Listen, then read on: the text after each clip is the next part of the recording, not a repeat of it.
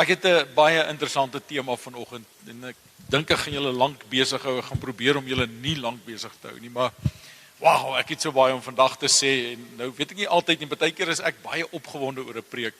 Jy weet jy kry so twee soorte preke, drie soorte. Jy weet die een wat jy voorberei, die een wat jy preek en die een wat jy moes preek. Jy weet, dis nou hoop ek preek vandag die een wat ek moet preek, dat dit reg uitkom.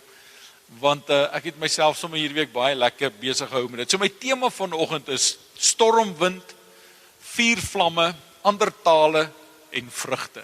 OK, dis 'n fruit salad. 'n fruit salad. Ek hoop ek maak jou nuuskierig met dit, maar ja, stormwind, vuurvlamme, ander tale en vrugte. En ek nooi jou en dit is op die bord. Ons sal regtig ook môre vir jou notas uitstuur want ek dink hier is notas wat jy graag sal wil bietjie weer na kyk.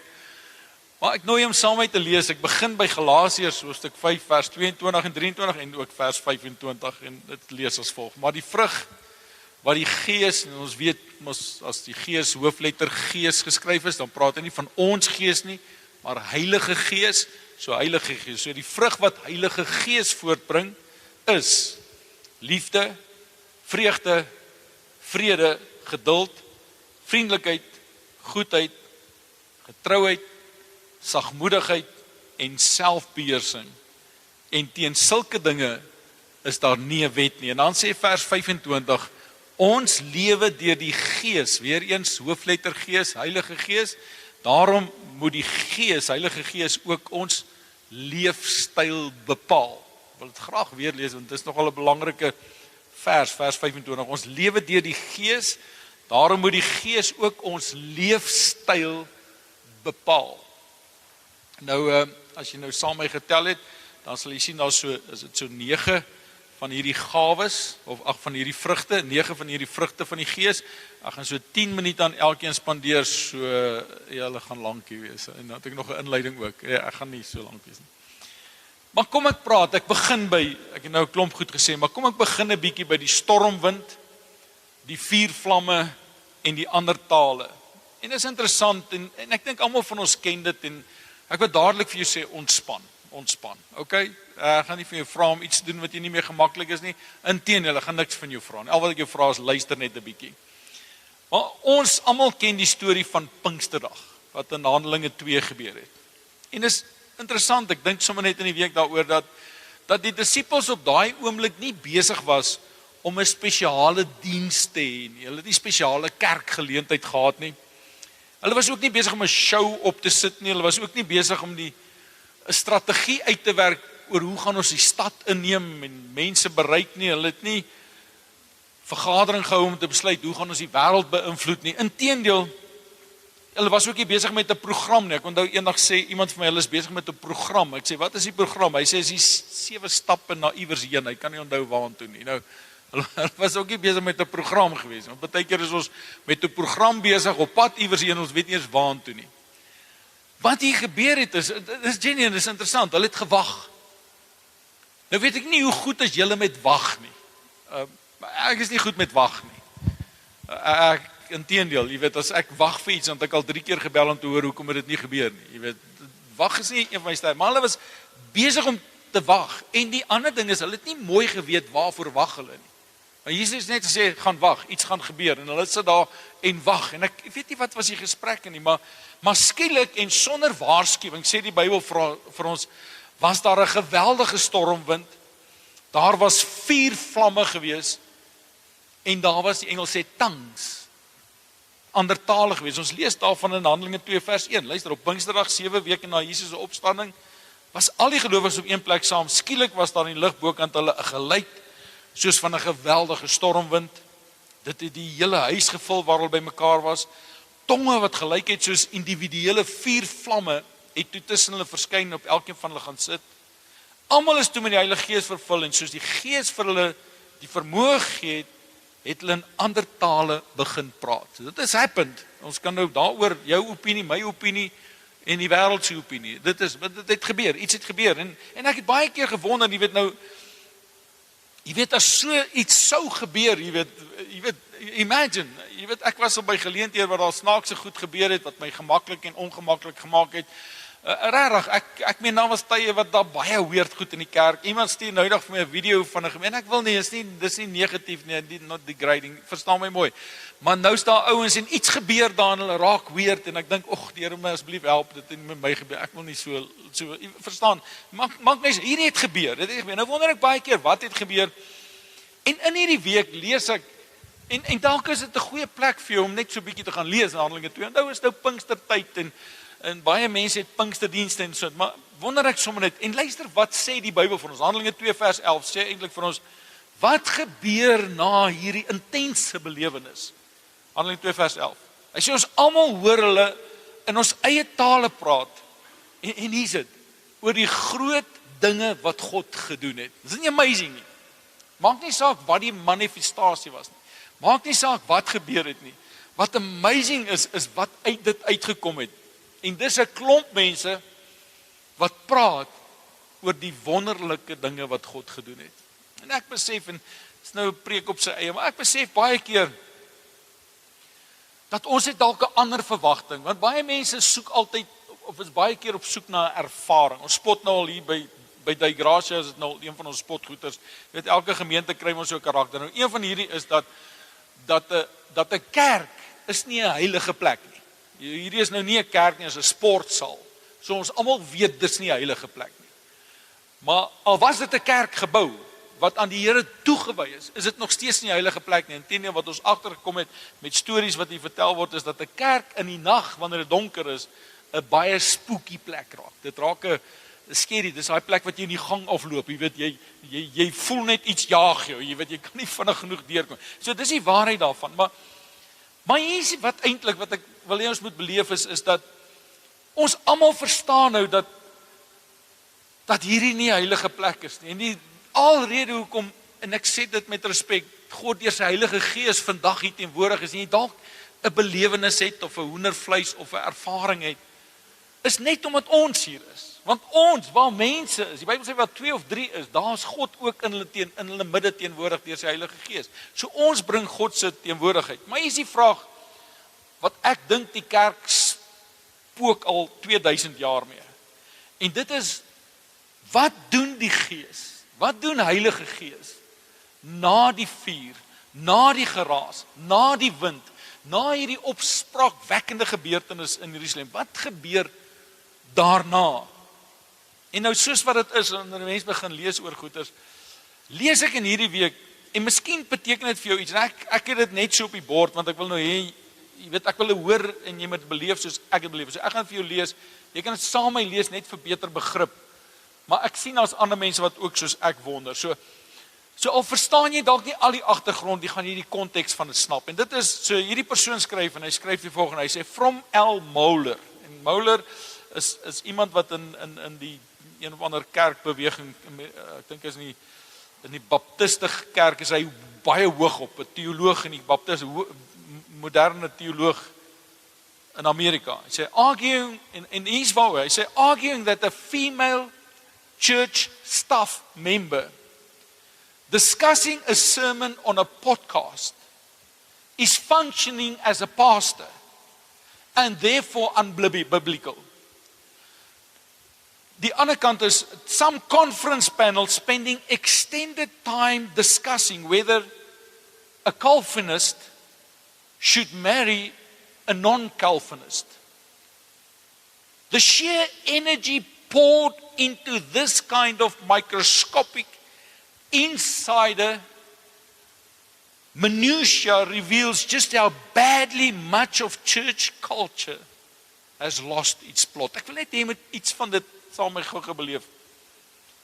Ek het al 'n storie vertel van in Konstantinopel, toe sit die kerk, die Christelike kerk van daai tyd sit en hulle gesprek vir weke aan mekaar was as 'n vlieg in die nagmaalwyn val. Is die vlieg heilig of is die nagmaalwyn onheilig?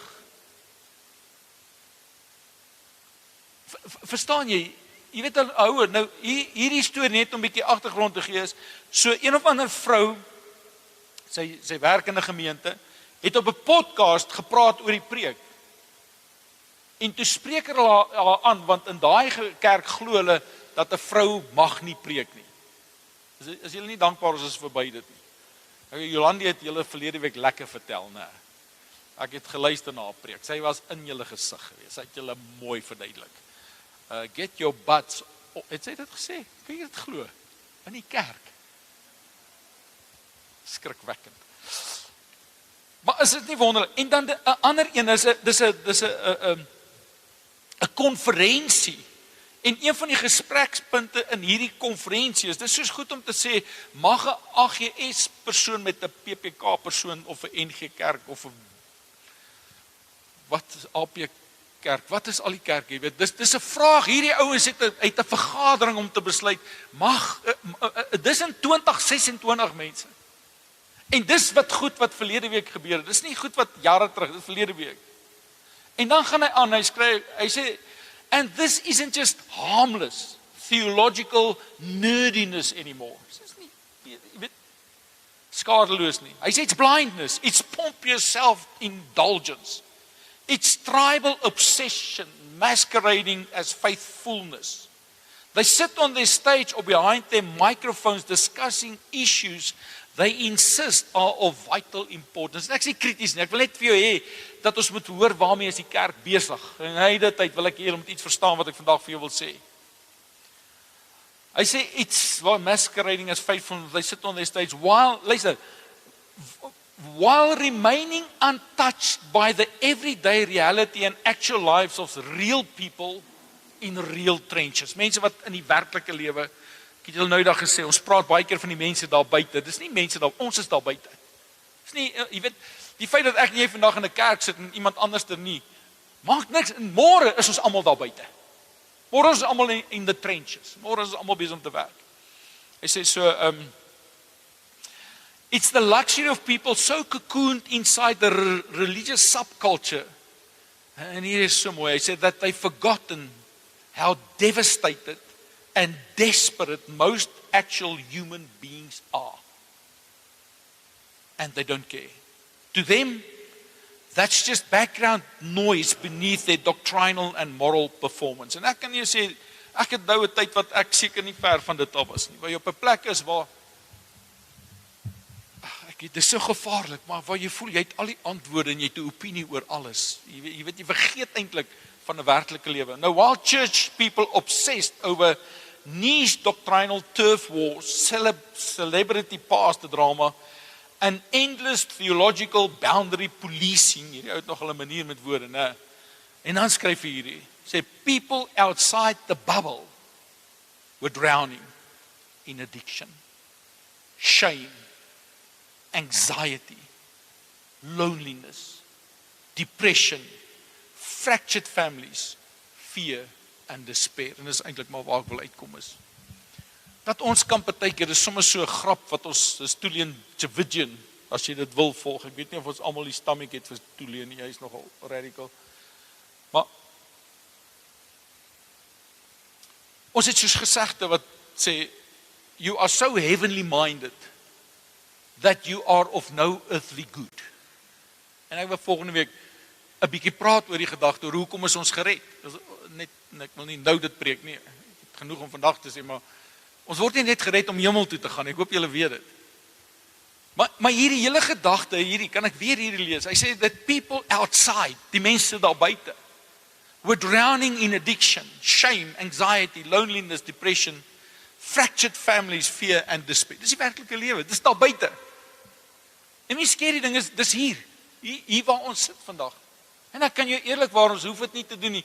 Maar as ons vandag eerlik is met mekaar, ons kyk mekaar in die oë en ons doen wat ek love om te doen, is hoe gaan dit regtig met jou? Dan gaan baie van julle vir my sê, nie goed nie. Dis nie in die week een oggend wat ek en Esther, jy weet wat iemand vir ons 'n voicemail sien, dis iemand wat hulle lewe in lyn het. Alles is in plek. En hierdie persoon het 'n oomblik van vulnerability en hulle stuur vir ons 'n boodskap en sê, ek vra julle om hierdie week saam met my te bid. Want ek het 'n uitdagende tyd en dit is moeilike tye. En dit wat mense daai oomblik beleef, want dit is wat die werklikheid is wanneer jy die persoon sien, alles in plek.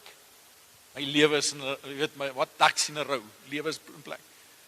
Maar op die einde van die dag het ons God nodig. Jy sien, En dis wat hierdie week, dis Pinksterdienste, en ek weet baie keer, dan Pinksterdienste, dan kom ons wil hê mense met 'n ervaring en 'n belewenis hê, en dit is alles baie goed. Maar hier is iets wat ek van die Heilige Gees al weet, en dit is dat Heilige Gees is nooit stagnant nie, hy laat goed groei. En as julle my ken, sê julle weet, my opinie is dat 'n ding moet groei. As 'n ding nie groei nie, is hy besig om te dood te gaan.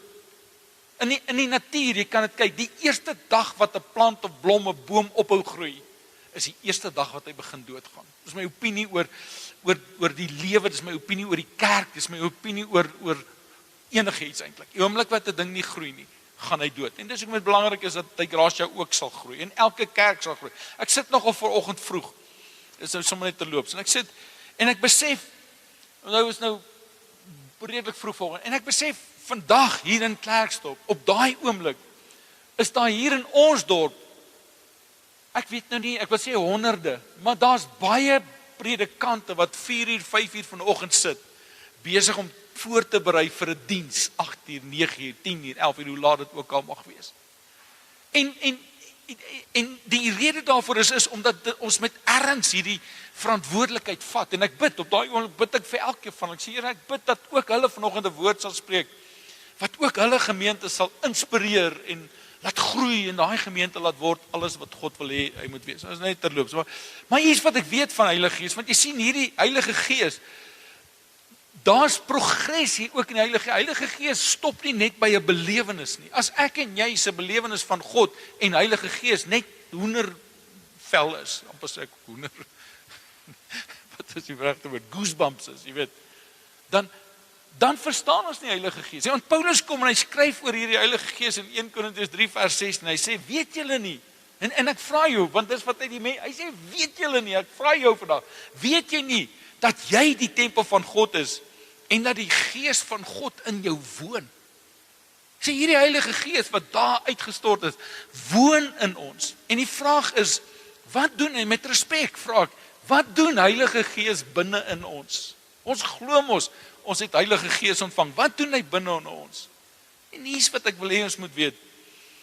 Hier is 'n Heilige Gees binne in ons en wat hy laat doen is, hy laat vrugte groei. Hy maak dat ek en jy vrugte dra. Hy bring ons op 'n plek uit en kom ons praat 'n bietjie oor vrugte, want dis die ander kant van hierdie, dis die B-deel van hierdie preek. Is die vrugte. Jy sien, die Heilige Gees groei dinge. Dieselfde Gees wat stil en geduldig en volhard in mense se lewens werk, om hulle op 'n plek te kry waar hulle die Here dien. Hou nie opwerk die oomblik wat jy die Here begin dien nie. Daai Heilige Gees is besig om in my en jou lewe te werk. En hy's besig om ons te laat groei. Om ons beter te maak, altyd beter. Daar's net nie 'n einde daaraan nie. En ek weet, onthou ons weet van die Heilige Gees wat gawes gee. En gawes, dis baie keer mense jaag die gawes, want dit voel vir my die gawes is, jy weet, gawes is op 'n manier indrukwekkend. Dit beïndruk mense wanneer jy die gawe het van nou profesie is, of die gawe van genesing, die gawe van 'n woord van kennis is. Dis alles goed wat mense beïndruk. Maar vrugte aan die ander kant, jy weet, vrugte aan die ander kant is nou nie iets wat mense noodwendig beïndruk nie. Jy sien, want vrugte is, voel dit vir my, wat regtig saak maak. Ons is in die week eintlik by 2 geleenthede, maar een van die geleenthede spesifiek. Wat nou is ons besig met, onthou, welsyn, jy weet, om te help. Ons is besig met 'n kospakkie uitdeel. En iemand maak die opmerking en sê, ek wil nie julle werk hê nie. Sê vir my en Esther, ek wil nie julle werk hê nie. En nou kan ek eerlik vir jou hier sê, ek kan ook hier staan en vir jou sê, ek wil eintlik ook nie my werk hê nie. Ek sal ook eerder 'n jet pilot wou wees. Jy weet, of 'n, ek weet nie, 'n breinchirurg of so iets, maar daai kite het nooit gevlieg nie gewerk nie. Maar verstaan, nou maak hier persoon, en ek weet ons doen dit. Julle sal dit ook vir my sê, ek wil nie jou job hê nie, want voel, dis begrafnisse, dis kospakkies uitdeel, dis hartseer, moeilikheid, krisis, daai tipe van ding. Maar is die minimum, hoor mooi wat ek vir jou vandag sê, is die minimum vereiste, die minimum verwagting van gelowige wees, die minimum verwagting van 'n Christen wees, is dat ek ten minste sal help waar ek kan nie. Ek vra jou, is dit minimum vereiste om dalk is dit 'n kospakkie wat jy by iemand kan aflewer. Dalk is dit net om by iemand te gaan sit wat iemand aan die dood afgegee het. Dalk is dit net om 'n oproep te maak en net te vra, hoe gaan dit met jou? So my vraag is dit nie die minimum vereiste vir gelowige wees nie? En dis wat Heilige Gees in my en jou lewe doen as ons hom kans gee. Luister wat sê, die ou se naam is Martin Lloyd-Jones. Hy sê, the fruit of the Spirit is not push, it's not drive, it's not some high-pitched emotional experience. It's the quiet, steady transformation of a person who has learned to walk with God. Ek en jy, om te groei en te word wat God wil hê ons moet wees. Weet, vrugte is in 'n groot manier net gewoon. Ons in die week, ons was met 'n bietjie weg verlede naweek, maar Sondagoggend gaan eet ons by een van daai grand plekke, gaan eet ons ontbyt. Nou daai ontbyt kos jou genoeg. Jy kan vir 'n maand lank ontbyt eet met die geld wat jy daar betaal. En jy R360 per persoon. Nou, ek skrik nou nog as ek dit sê. Vir 'n ontbyt. Wat oukei is, want ek dink nie R360 se waarde nie, maar ek maak seker I get my money's worth. Maar terwyl ek daar loop, is daar ook 'n vrugtetafel waaroor Esther verskriklik opgewonde is. En 'n ander vrou ook, want nou hoor ek sy en haar man praat. So hulle, luister nou mooi, hulle het daar ingestap en R360 per kop betaal. Ek sê dit jy weet wat dit my gekos het. Ek gaan dit oor en oor sê. Dit is verskriklik. Maar hierdie vrou sê iets wat my naar maak. Sy sê, ag, ek is eintlik nie lus vir iets. Hulle het R360 betaal. Ek is nie regtig, ek gaan sommer net 'n bietjie span spek eet. Nou dink ek, R360 nie, eet net 'n span spek. Dit money waste op 'n level wat ek nie verstaan nie. Ek meen regtig, dan kon 'n man alleen betaal het vir 'n stukkie span, niemand se mind. As hy 'n span spek inpak nie. Go for it, jy weet maar jy weet op baie oomblik, nou dis die vrugte. Wie wil nou vrugte eet? As daar bacon en eiers en worsies en amazing lekker goeders. Wie wil vrugte eet? En dis die scary ding van vrugte. Totdat Esther hier oorkant my sit met haar bakkie vrugte, jy weet. En sy begin die vrugte eet. Ek dink, daai vrugte lyk nou so lekker, jy weet, ek's lus en kry vir myself ook 'n bakkie, maar die lus het verbygegaan, kry ek eerder iets anders. Maar dis die ding van vrugte. Jy weet, ons wil die gawe en ons wil mense beïndruk met die vermoëns wat ons het en alles dit. Maar die vrugte is iets wat jy op 'n manier, ek dink op 'n manier moet jy dit beleef. Jy moet dit nie net proe nie, jy moet dit beleef, jy weet, want vrugte is die karakter van wie ek en jy behoort te wees. Dis die karakter van die kerk. Dis vrugte wat in ons gewone ritmes van ons elke dag lewe. Is dit die vrugte wat mense kan sien. En op 'n manier wil ek hê jy moet vandag verstaan en ek gewonder hoe gaan ek jou dit laat verstaan. Op 'n manier kom Heilige Gees en hy wys ons deur die vrugte wat ons kan wees.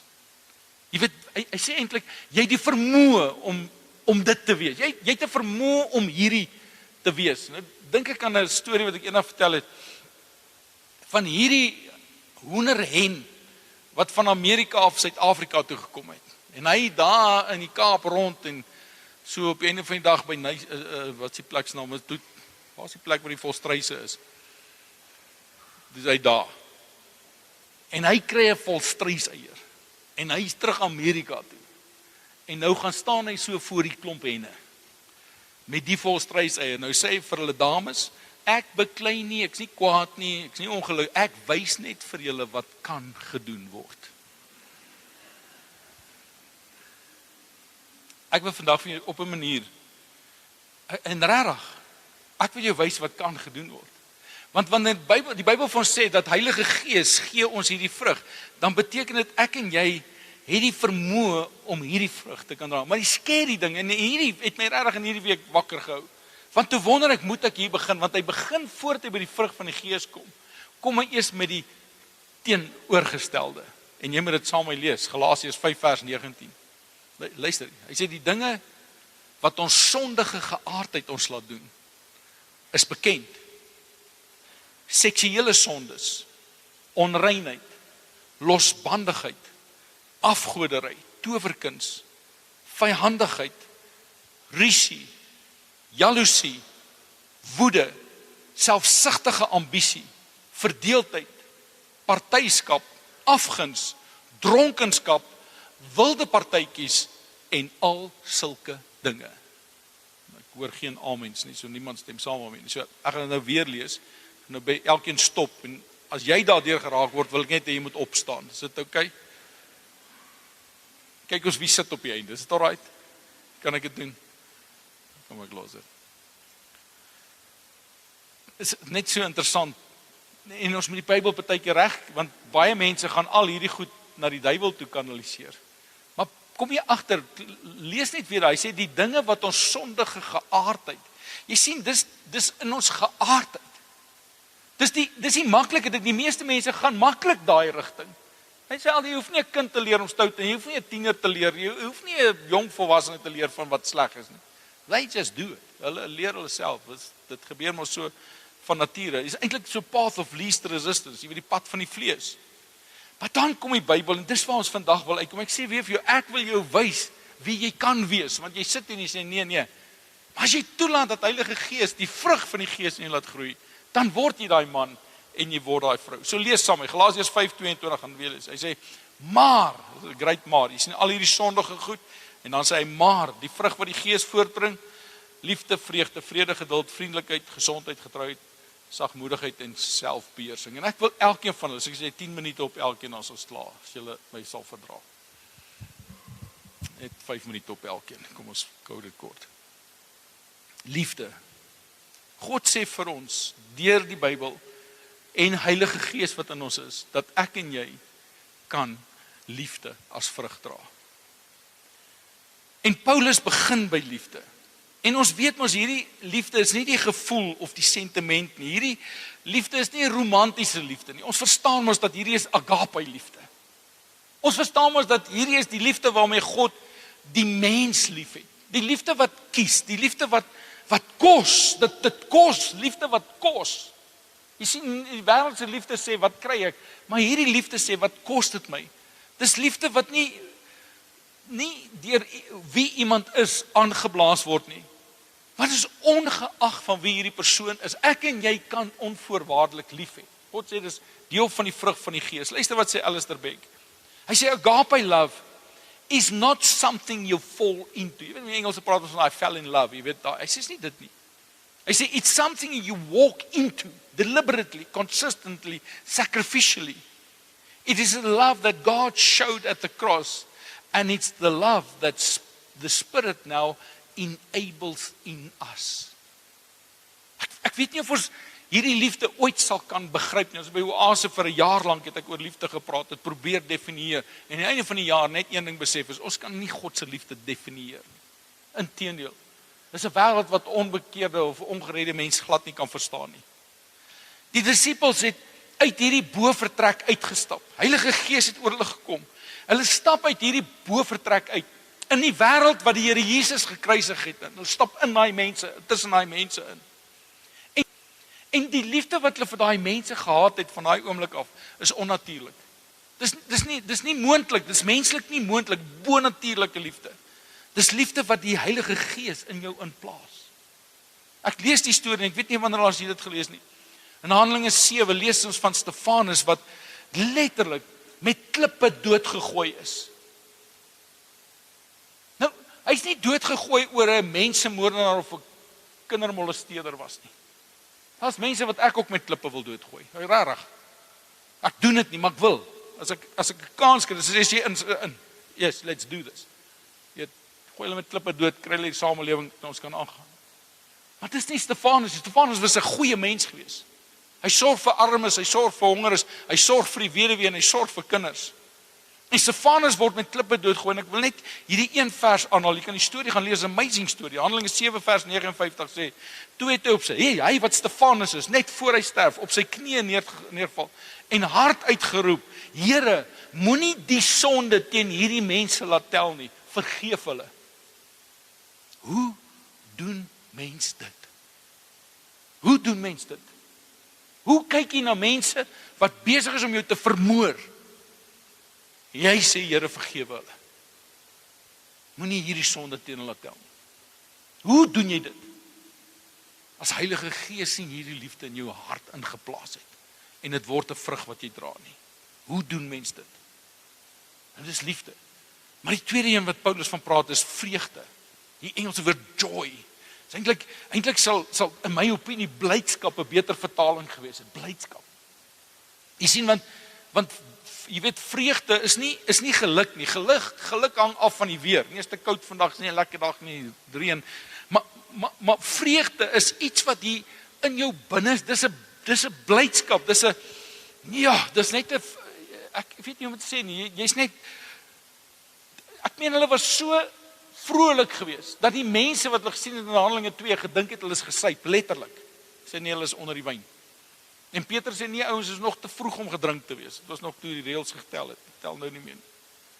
En ek dink, en ek het dit al hier gesê, ek dink ons het ons vreugde, ons blydskap, ons joy, dink ek het ons verloor.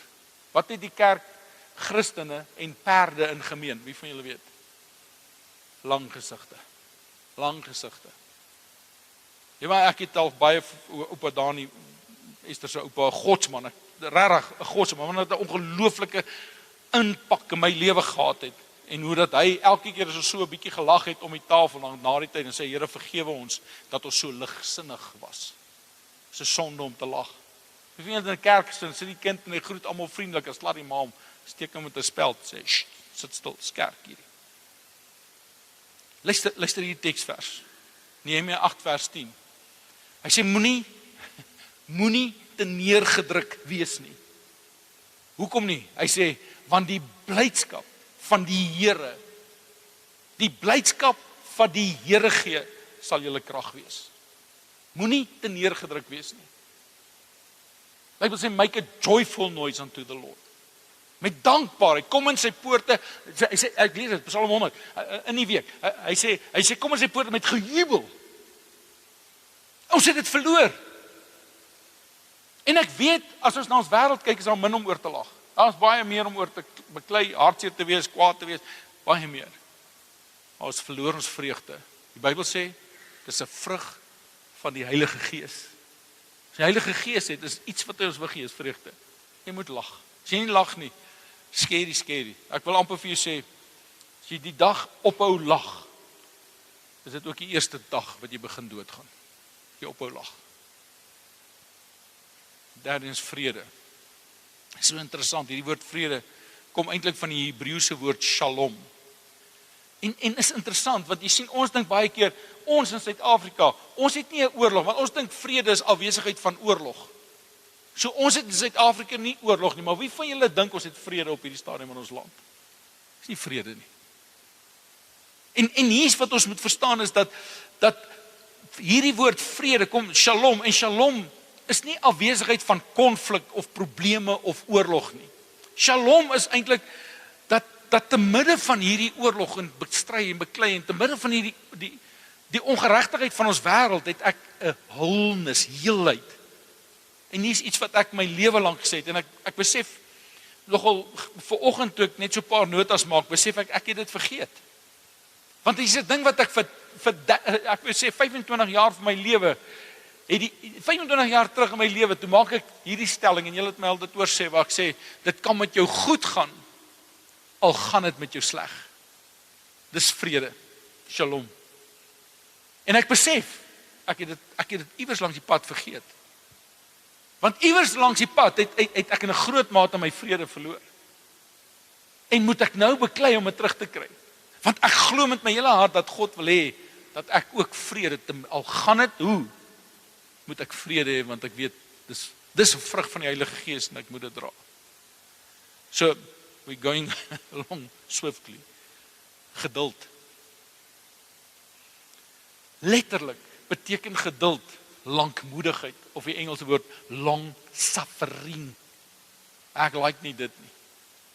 Jy weet, geduld, ken jy ook mense wat Job se geduld het? Dit maak nie saak, alles wat gebeur is net, ag, moenie worry nie. Dis daai ou wat jy partykeer net so skop wil gee, jy maak net gou, jy weet, hy het net soveel geduld, dit maak jou mal. En ek is nie daai ou nie. Geduld, I don't have it. Maar hierdie woord beteken letterlik om verlang, 'n swaar ding te dra, te verduur, te oorleef. Dis wat long suffering. Long suffering. Dis nie net om op jou tande te kers nie. Dis ook nie net om jou frustrasies te onderdruk nie.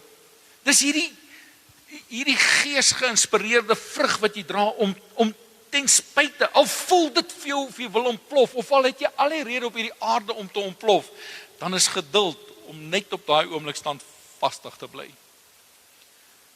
En ek het dit al baie gesê, as jy, soos ek bid vir geduld, dan sit die Here jou elke nou en dan in 'n queue by binnelandse sake. Of by die lisensiekantoor.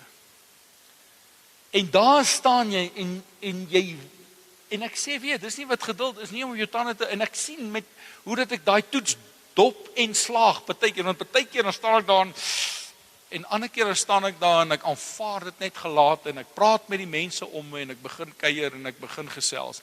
En dis so 'n mens geduld leer. En geduld is nie 'n waarde wat jy in maklike omstandighede, as jy bid vir geduld of vra vir geduld, dan kry jy dit in moeilike tye. Dis waar jy geduld vandaan kry. Maar die Bybel sê, jy kan, want dit is 'n vrug van die Gees. So ek en jy wat sê, ek het geen geduld nie, jy moet dadelik daarna sê, Here vergewe my, want dit is nie waar nie. Want ek het ook die vrug van die Gees, nes jy. En dan vriendelikheid. Ek het net gewonder, hoeveel moet ek sê oor vriendelikheid? Yes, is dit nie die minimum vereiste van kind van God wees, soos om ten minste net vriendelik te wees?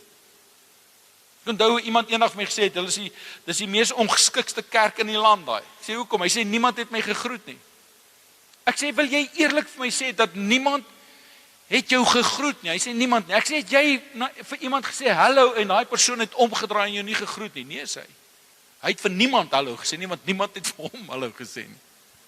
Ek sê, het jy jou hand uitgesteek na iemand en gesê goeiemôre en hy het sy hand of omgedraai en weggeloop en jou geïgnoreer? Nee, sê hy, want hy het sy hand na niemand toe uitgesteek nie. Jy sien, dis baie keer wat ons dink, jy weet, wat is vriendelikheid? Dis weet jy wat skryf iemand? Hy sê vriendelikheid is om ruimte te maak vir iemand wat geen reg het om daai ruimte te vul nie. Jy sê dit gelyk. Hy sê, dis nie net vriendelik met die nice mense, vriendelik met die mooi mense, vriendelik met die mense van wie ek hou nie. Hy sê, is om ruimte te maak vir iemand wat daai ruimte nie verdien nie. En vir hom te vra, Jesus, hoe gaan dit vandag met jou? Wow!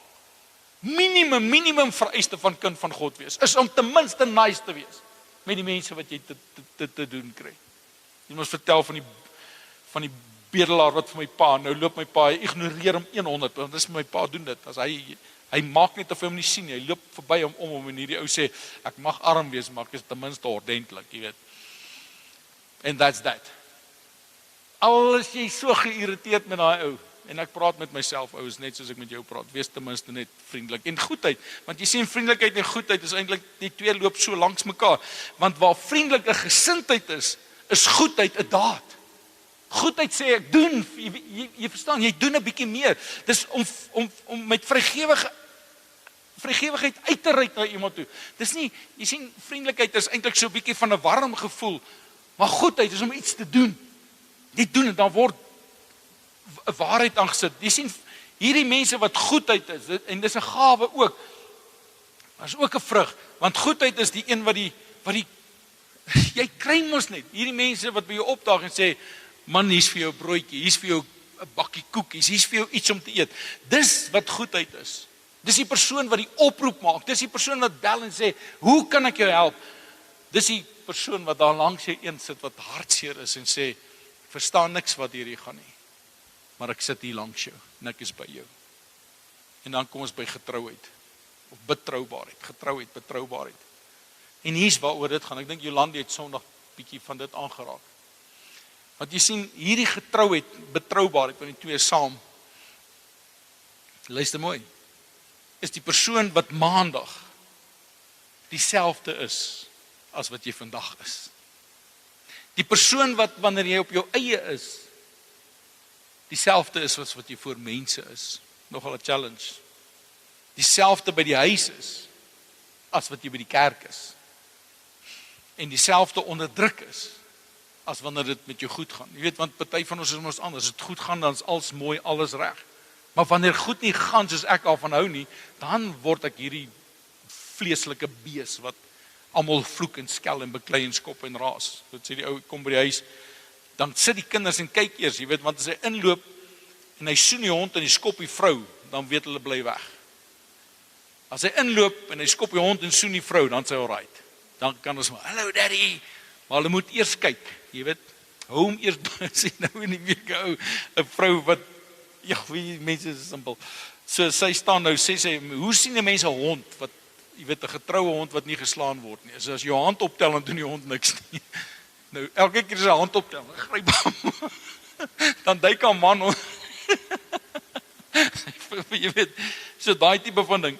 Maar hier's getrouheid. Luister wat sê Eugene Peterson, dis die Message Bible. Hy sê the 1,000 small acts of faithfulness that compounded over a lifetime build something that outlasts us. Ek sê Woensdag by die Bybelskool toe vertel ek die storie van wat die ouens staan in golf en daar's ouens wat staan wat golf speel en hier staan ouens, hulle bespreek daai ouens en vir die een sê hulle jy kan nie, hy het 'n spaar golfbal in sy sak. Dis nie getrou nie. Dis nie betroubaar nie. Hoekom het jy 'n spaar golfbal as jy golfer is, jy weet ek weet glad nie. Maar hulle sê van die ander, en dis vir my seker die mooiste woorde wat jy vir 'n man seker of 'n vrou ook natuurlik kan sê is jy kan sy golfscore trust. Dis betroubaar, getrou. Kan hom trust. Sy ja is ja. That's that. En dan sagmoedigheid. En ek hoop jy verstaan. Ek en jy kan sagmoedig wees, mans, sonder om jou manlikheid te verloor in die proses. Jy kan. So sagmoedig is nie, dis regtig nie om swak te wees nie. Maar en ek wil regtig jy moet verstaan, ek gaan dink oor hierdie kwaliteite want ek wil weer vir jou sê it is possible. Dit kan gedoen word. Ek en jy kan dit hê. En terwyl ek hierna bid, ek sê Here, gee my net 'n mooi voorbeeld van sagmoedigheid wat vir my en jou nie negatief is nie. En hier's wat regtig wat ek voel die Here sê vir ons. Hy sê sagmoedigheid gee jou die vermoë om die ander wang te draai. Soos wat hy vir ons leer in Matteus 5. Sagmoedigheid maak dat ons die ander wang draai. Sagmoedigheid maak dat wanneer iemand my vloek ek hom nie terug nie. Ek seën hom. Want die Bybel sê seën die wat jou vervloek. Besef jy daar's net een manier om 'n vloek te breek en dis deur 'n seën uit te spreek. Dis wat ek glo die Here wil hê, die vermoë wat ek het om te vergewe wanneer ek die reg het om kwaad te wees. Die vermoë wat ek het om te vergewe al het ek eerder reg om te haat en kwaad te wees, om te kies om te vergewe. Ek het die storie al so baie vertel, julle raak al moeg vir hom. Maar ek dink sommer net weer aan dit van hierdie seuns wat iemand het 'n gat in die toiletdeur ingeslaan. En toe is elke laaitjie wat daar inloop, jy kan dit sien, jy weet so die gate is van hierdie size af. Jy weet so as jy so 5, 6, 8 jaar oud is, dan slat hulle gat in 'n toiletdeur. En my opinie is jy hoef nie sterk te wees om 'n gat in 'n toiletdeur te slaan. Nou dit's net so dun, jy weet. En toe preek ek een aand by 'n tienerdiens sê ek, wie is die sterkste? Die een wat die gat in die deur slaan omdat hy kan of die een wat dit nie doen nie? Want jy weet hy kan. Maar hy doen dit nie. Wie is die sterkste? En dis die sagmoedigheid wat ek wil hê, is daai persoon wat weet ek kan. Ek gaan nie. Ek kies om te vergewe en vry te spreek eerder as om 'n gat in hierdie deur te slaan of om hierdie situasie op te voeter. En as jy dit wil glo of nie, maar hierdie is die laaste ene. En waarskynlik heel laaste, omdat dit waarskynlik die moeilikste is. En dis selfbeheersing. En ek wil net hê jy moet vandag hê, ek staan hier voor jou nie as iemand wat selfbeheersing onder beheer het nie. Ek probeer nog ook om te wees. Maar ek moet jou sê, na hierdie week met die Here praat, besef ek net dat eintlik is dit reeds deel van ons. Ons kan. Jy het selfbeheersing. Hulle sê mos daar's 3 goed, dis roem, rykdom en rokke, né? Vir mans, roem, rykdom en rokke. Vir vrouens is rokke ook maar 'n ding want hulle wil altyd nog hê. Maar vir die vrouens is eintlik roem, rykdom en roomkoeke. Net jy verstaan. Jy weet nou sê 'n vrou eendag vir my, sy sê sy kan dit nie verstaan nie, maar as sy verby die yskas loop, dan staan daai roomkoek in daai yskas, dan sê hy vir haar, "Eet my. Eet." Sy kan nie verby die yskas loop sonder 'n roomkoek te eet nie. Maar luister 'n bietjie, selfbeheersing. Hoekom is selfbeheersing die laaste vrug van die Gees? En ek sê vir jou, dis die moeilikste. En as ons hom onder beheer kry, ja, dan wen ons. En dis nie wilskrag nie. Dis nie selfdissipline of selfhelp nie. Ek wil jy moet verstaan, dis 'n kwaliteit wat God vir my en jou gee, is om selfbeheersing te kan hê. En hier's wat Rob Bell skryf, en hierdie is eintlik rukkie los, as jy net kan sien. Hy sê, the person who cannot control themselves is not free. They are enslaved to appetite, to impulse, to reaction. True freedom is not the freedom to do what you want. True freedom is the power to do what you should.